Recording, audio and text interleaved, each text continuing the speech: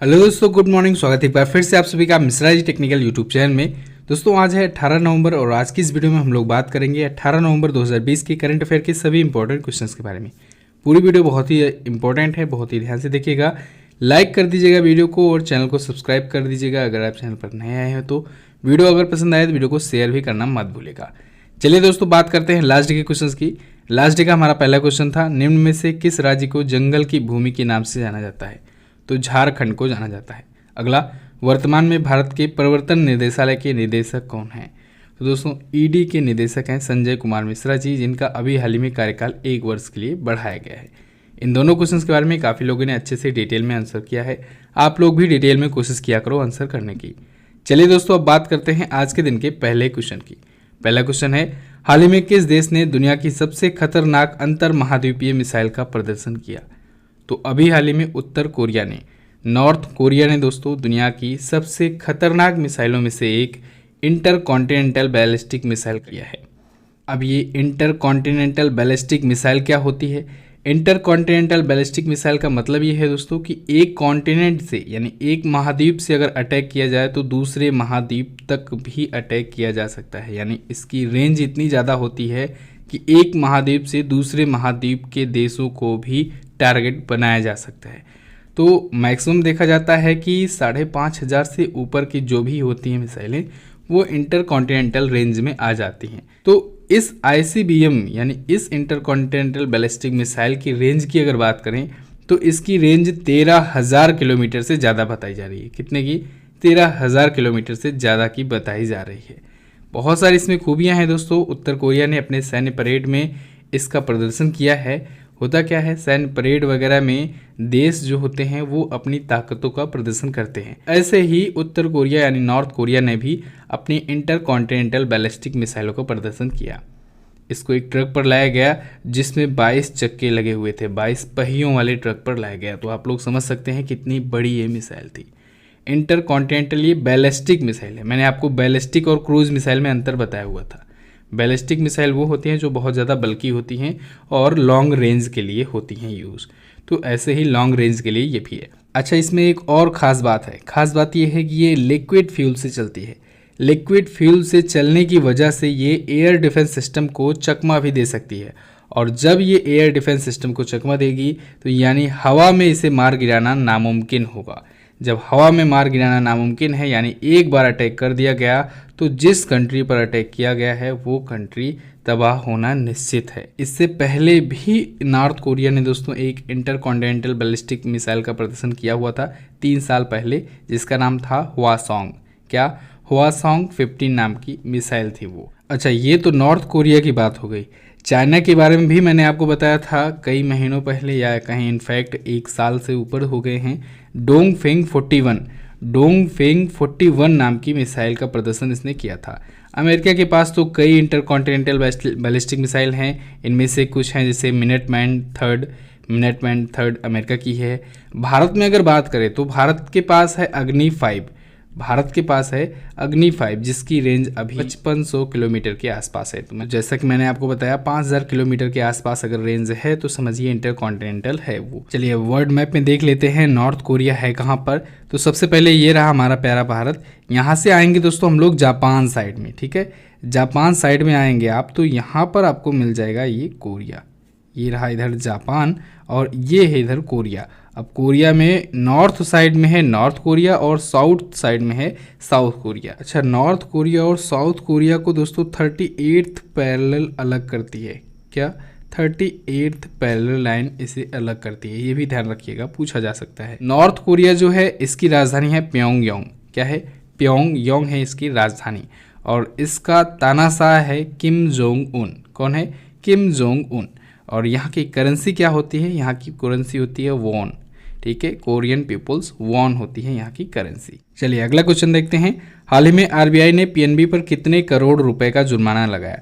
तो reserve bank of India ने अभी हाल ही में 1 करोड़ रुपए का जुर्माना लगाया है पंजाब नेशनल बैंक पर। क्यों लगाया है? तो ये जुर्माना लगाया है भुगतान और निपटान प्रणाली अधिनियम 2007 के उल्लंघन किए जाने पर।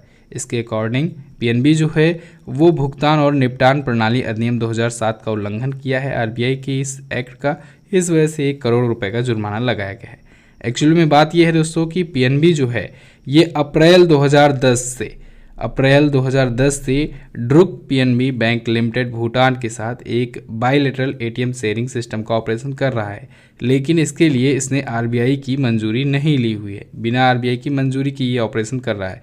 इस वजह से आरबीआई ने इस पर 1 करोड़ रुपए का जुर्माना लगाया हुआ है। अब हम लोग एक एक करके जानेंगे। पहले आरबीआई के बारे में जानते हैं। आरबीआई यानी reserve bank of India Bharat का केंद्रीय बैंक है। मुद्रा छापने का अधिकार इसी के पास है। आरबीआई की स्थापना हुई थी 1 अप्रैल 1935 को। आगे चल कर के 1 जुलाई 1949 को इसको राष्ट्रीयकृत किया गया, नेशनलाइज कर दिया गया। इसके पहले गवर्नर हुए ओसबॉर्न स्मिथ जी, लेकिन पहले भारतीय गवर्नर हुए सी.डी. देशमुख जी। आरबीआई के वर्तमान और 25वें गवर्नर हैं शक्तिकांत दास जी। बात करते हैं पीएनबी की। पीएनबी का हेडक्वार्टर है दोस्तों नई दिल्ली में। आरबीआई का हेडक्वार्टर मुंबई में है। पीएनबी का हेडक्वार्टर है नई दिल्ली में। इसकी स्थापना हुई थी 1894 में। ये भारतीयों द्वारा स्थापित, पूर्णतः भारतीयों द्वारा स्थापित भारत का पहला बैंक है। 1894 में स्थापित हुआ था। लाला लाजपत राय जी ने स्थापित किया था। नई दिल्ली में हेडक्वार्टर है और वर्तमान में एमडी और सीईओ हैं एस मल्लिकार्जुन राव जी। नेक्स्ट बात करते हैं। अगला, रूस की अध्यक्षता में आयोजित हुए ब्रिक्स सम्मेलन 2020 में भारत का प्रतिनिधित्व किसने किया? तो अभी हाल ही में दोस्तों ब्रिक्स शिखर सम्मेलन 2020 आयोजित हुआ रसिया की अध्यक्षता में, और उसमें भारत का प्रतिनिधित्व किया हमारे प्रधानमंत्री नरेंद्र मोदी जी ने। इस बार का इसका 12वां संस्करण था ब्रिक्स सम्मेलन का, और वर्चुअल तरीके से आयोजित किया गया, वर्चुअल समिट थी ये। तो इस बार की अध्यक्षता रसिया कर रहा है। रूस की अध्यक्षता में ये समिट ऑर्गेनाइज की गई। इसकी थीम भी आपको याद रखना चाहिए। इसकी थीम थी इस बार की global stability, shared security and innovative growth.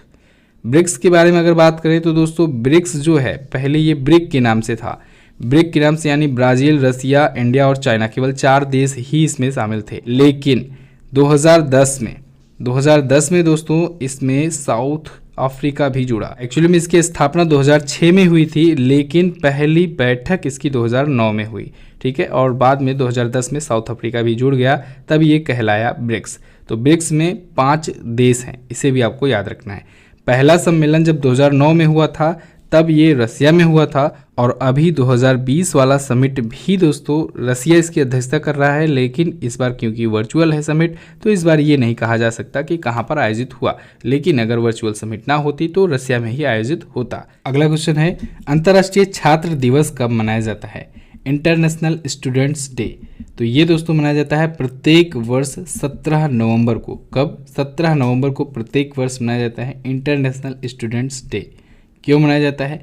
क्योंकि दोस्तों 1939 में चेकोस्लोवाकिया में वहाँ के टीचर्स और स्टूडेंट्स का एक सम्मेलन हुआ था, और उस सम्मेलन पर वहाँ पर, क्योंकि उस टाइम पर नाजियों का शासन चलता था, उनका कब्जा था वहाँ पर, तो नाजी प्रदर्शनकारियों ने वहाँ पर उसी सम्मेलन में अटैक कर दिया और आकर के खूब गोलियां बरसाई, और जिससे एक स्टूडेंट की मौत हो गई।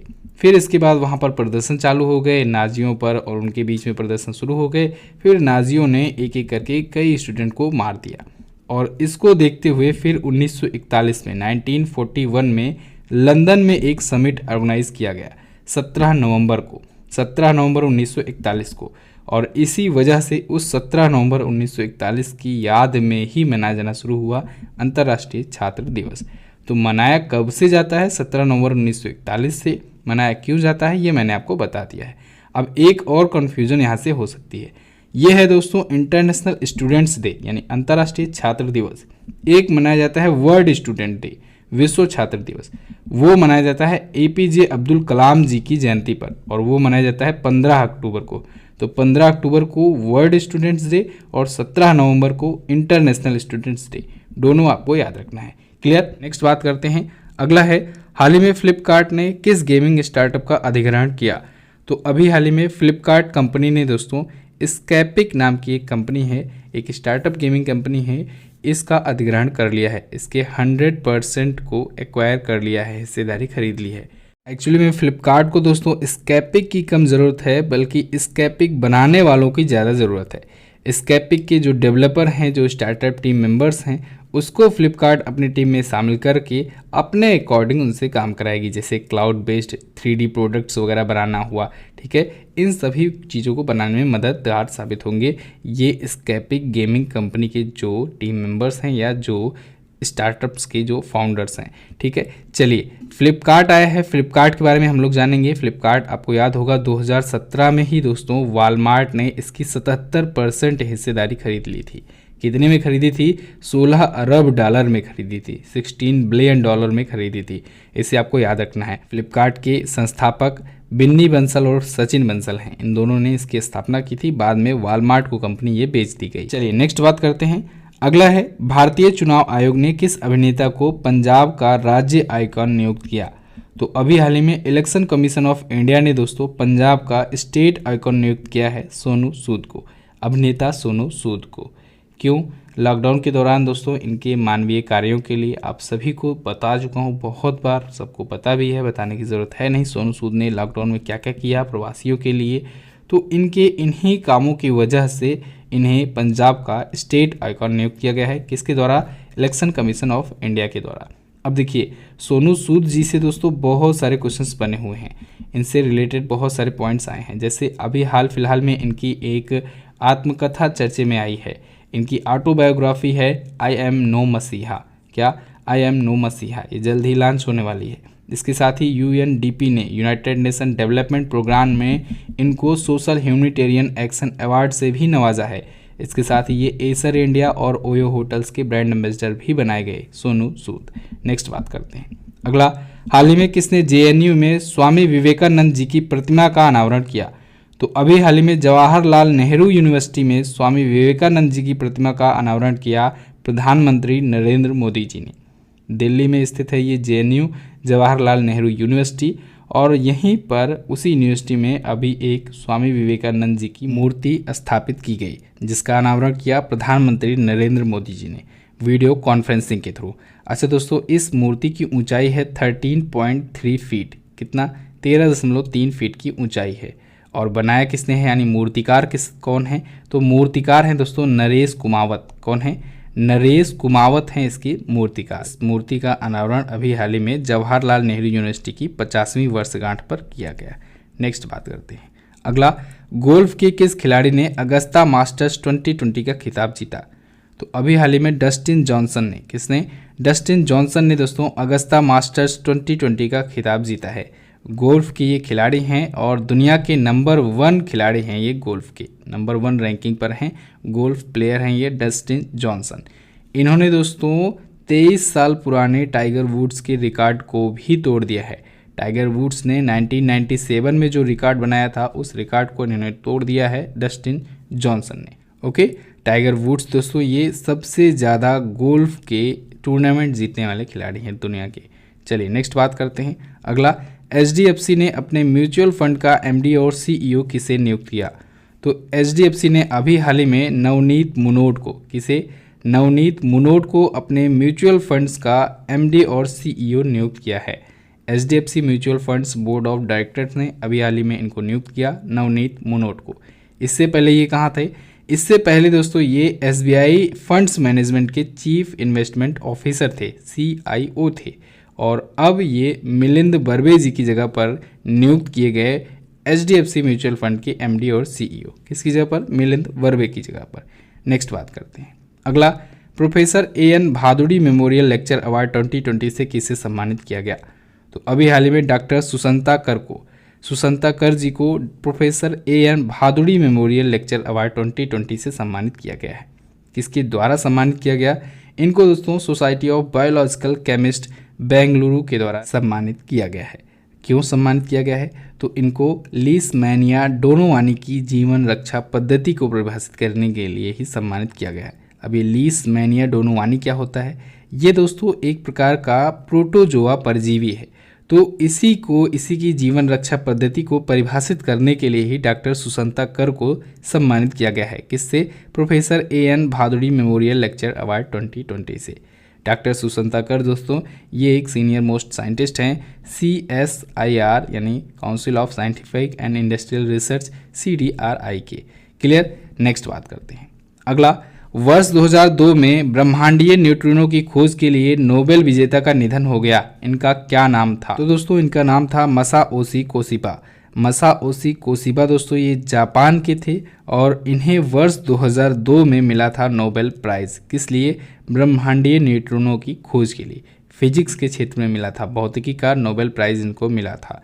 तो मसाओशी कोशिबा का निधन हो गया है। ये टोक्यो यूनिवर्सिटी के प्रोफेसर भी थे। अच्छा, ये निधन से रिलेटेड क्वेश्चन है। एक और क्वेश्चन इसी में लिंक कर दिया हूं दोस्तों, ध्यान रखिएगा, क्योंकि जैसा कि आप जानते हैं इस चैनल की यही एक खूबी है कि आपको एक जैसे क्वेश्चंस ज़्यादा दे करके आप पर बोझ नहीं बढ़ाया जाता है, एक ही में लिंक किया जाता है।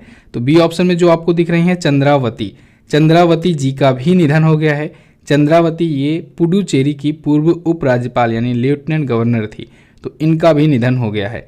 अच्छा, चंद्रावती जी दोस्तों 1977 से लेकर के 1979 तक जनता पार्टी की अध्यक्ष भी रही थी, तो इनका भी अभी हाल ही में निधन हो गया है, इसे भी आपको याद रखना है। क्लियर है?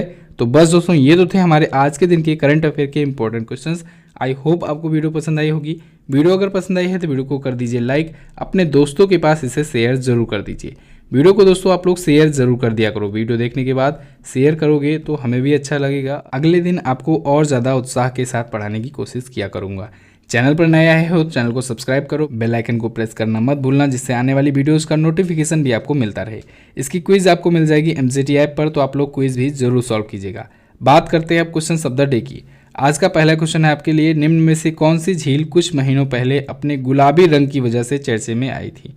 अगला है, ऑस्ट्रेलिया ओपन ग्रैंड स्लैम किस प्रकार के टेनिस कोर्ट पर खेला जाता है?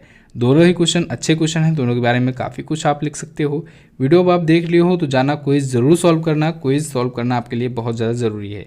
क्विज मिलेगी MCT ऐप पर, वहीं पर आपको PDF भी मिल जाएगी। आपको टेलीग्राम ग्रुप पर वन लाइनर की इमेजेस फॉर्म में भी क्वेश्चंस प्रोवाइड किए जाते हैं, तो आप हमारे टेलीग्राम ग्रुप को भी ज्वाइन कर लीजिए।